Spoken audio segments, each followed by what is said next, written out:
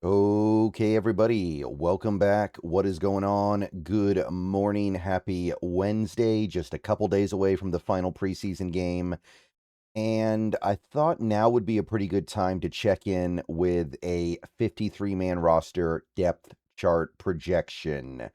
We've had quite a few injuries in recent days, so things have definitely shifted a little bit. So I want to see how things look now in light of those shifts. By the way, I believe today is the day where the owners are going to get together and vote on the Koshla family purchasing the Seahawks.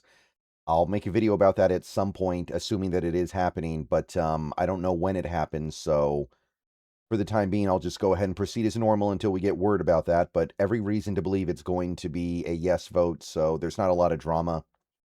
This video is sponsored by Prize Picks.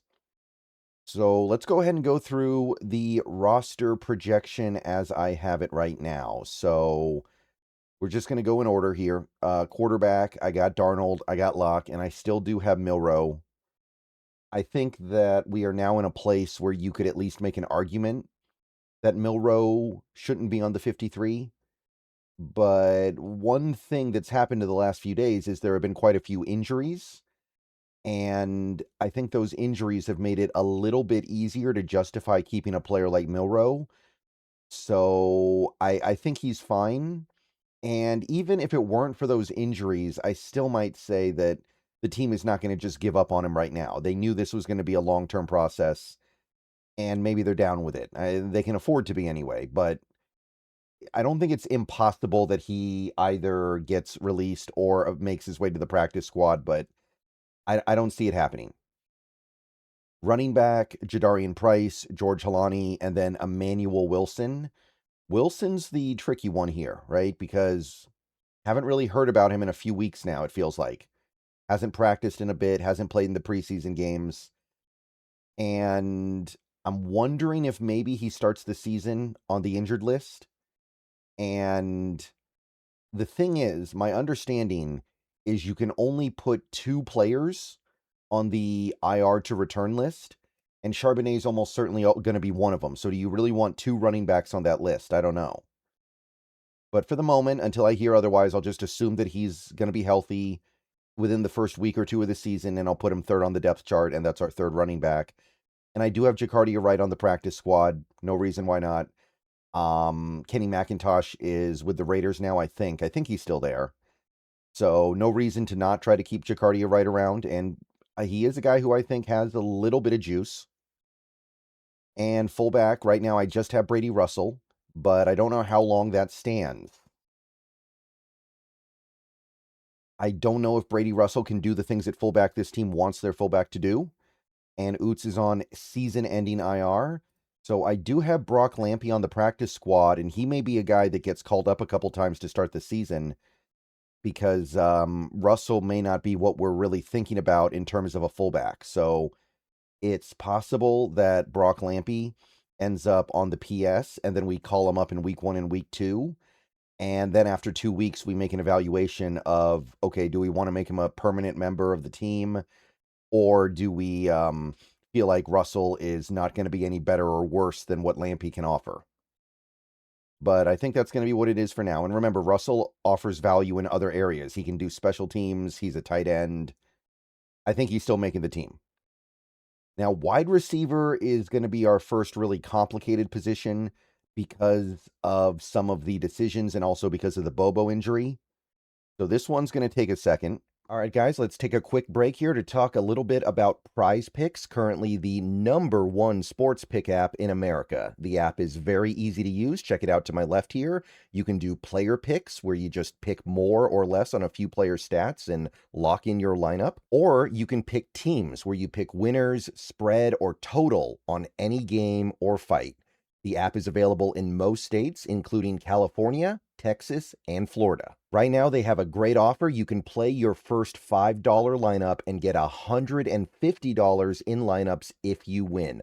All you have to do is use code HMA when you sign up. It's a brand new offer.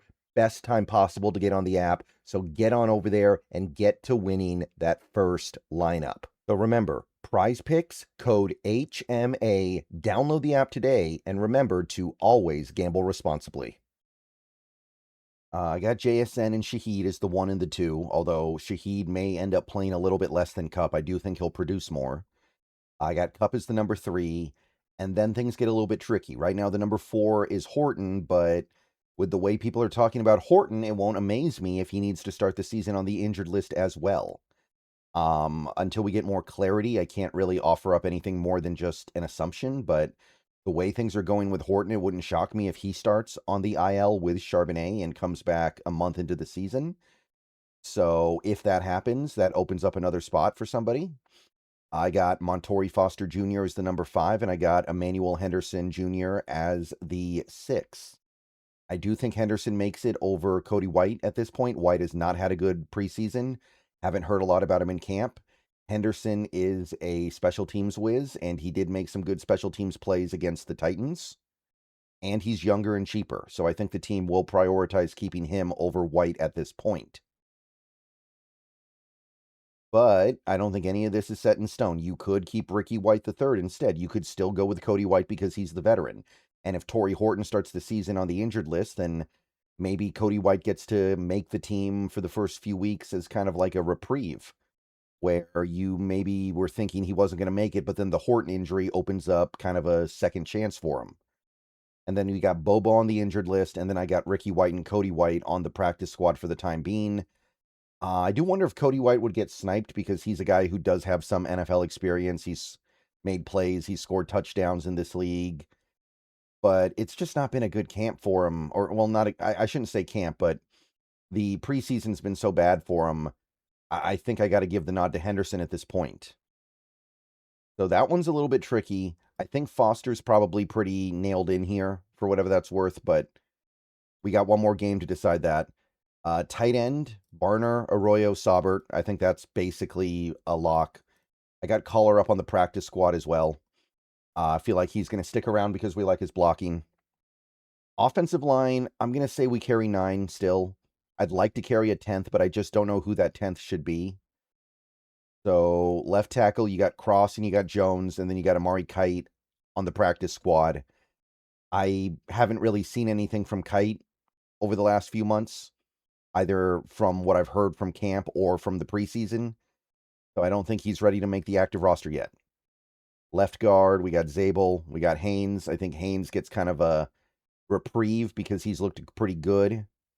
And also, the Richmond injury makes things a little bit easier because I think Richmond was going to be the backup left guard under normal circumstances. So I think Haynes sticks around as kind of your backup utility guard. He could be left or right. Jalen Sundell starting center, then Oluwatimi behind him. I still think it's possible we trade Oluwatimi, but I just don't think we have another center ready to go in the event that happens. Moranguez on the practice squad still, no reason to not keep him around, but I don't know if there's much of a reason to believe that he can be an NFL backup right now. Right guard, I got Bradford, then I got Bo Stevens. Pretty cut and dry there. And then I got Abe Lucas as the right tackle, and I think Josh Jones will just be the backup on both sides, which isn't my favorite, but I think this team is willing to risk it. And I got Logan Brown on the practice squad. He's the guy who might make the 53-man because I feel like the team sees something in him that they really appreciate, but as of right now, I don't think I can justify giving him a spot on the team when I look at what I would have to give up in all likelihood to get him on there. So I have him on the practice squad for the time being. All right, defense, nose tackle, we got Byron Murphy. And by the way, nose tackle, defensive tackle, the distinction is not very important. They're the guys who are on the field. I understand that, right? Like, I don't know if we really consider Murphy to be our nose tackle, but that's where he's going to be deployed a decent chunk of the time. Jaron Reed is the backup, and then I think Peely makes the team. I think this team likes to have a lot going on that defensive line, especially because they've got some older players in there. And I feel like they appreciate having a guy like Peely who's more of a pure nose. Won't shock me if he starts on the practice squad, but I was able to make room for him. Peely might be the guy that goes if you want a 10th offensive lineman like a Bobby Hart, but I got Peely on the team for the moment. And then I got Suamalo on the practice squad. I think we like his potential. He's just not ready to play football yet. And it also seems like he's a little bit of a vibe. So I think the team wants to keep him around on the PS. Just a feeling. Defensive tackle, Leonard Williams, Riley Mills, and I think Mike Morris makes it because we like him on special teams. And also, we like him playing a little bit of edge rusher. So if you're looking at him as a guy who can play inside and outside, I think we are getting 2 for 1 with Morris here. So I'm going to throw him on here as well. Last year of his contract. And overall, I think he's played a pretty decent preseason too. Edge rusher, DeMarcus Lawrence, Derek Hall, Uchenna Nwosu, Dante Fowler. The order doesn't really matter here. They're all going to rotate in and out. It's going to depend on the day. And then I got 3 edge rushers on the practice squad. I got Connor O'Toole, Jared Ivey, and Jamie Sheriff. All 3 guys have shown me different encouraging things. But with Mike Morris and with Tyrese Knight, who we'll get to in a second here, I don't think there's any need to put any of them on the 53-man right now. Keep them around, promote them down the line if need be, and try to develop them. Because all 3 guys have shown at least some good stuff so far to me this preseason. So I'm keeping all 3 if I can. If we lose one because they get poached, then unfortunate, but so it is. Inside linebacker, Ernest Jones, Drake Thomas starting, of course. And then you got Tyrese Knight as the primary backup. And I also am starting to think he's going to play some edge this year. I think you're going to line him up as an outside rusher a little bit.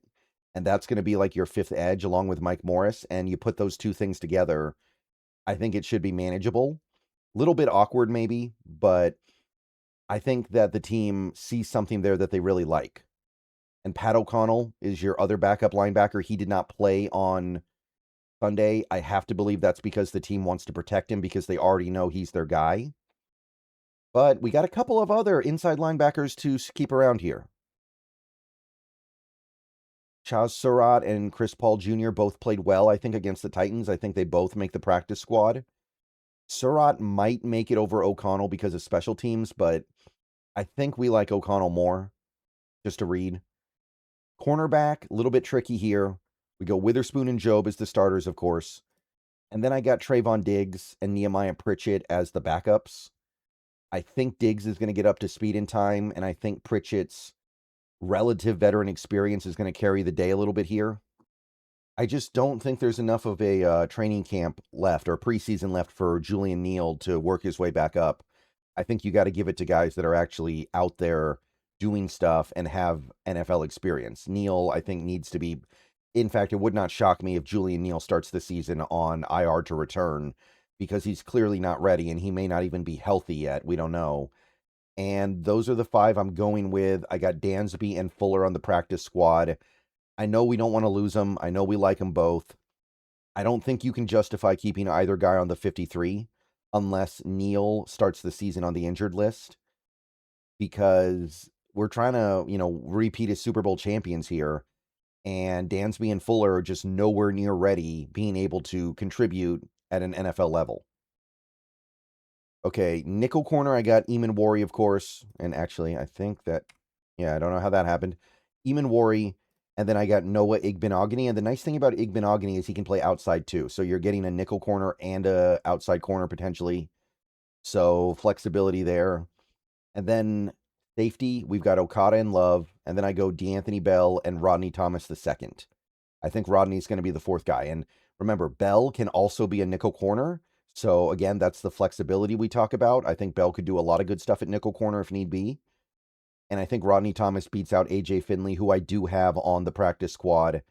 And Bud Clark, of course, on the injured list.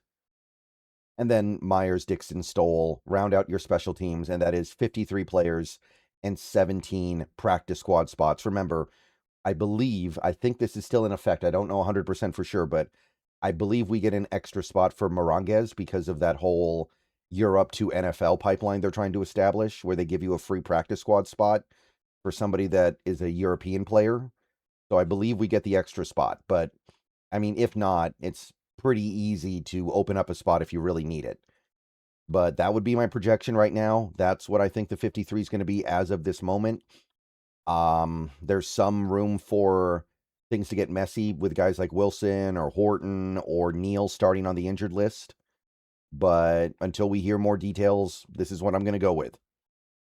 See you guys later. Go Hawks. More videos coming later. And we'll see if the Seahawks get sold officially.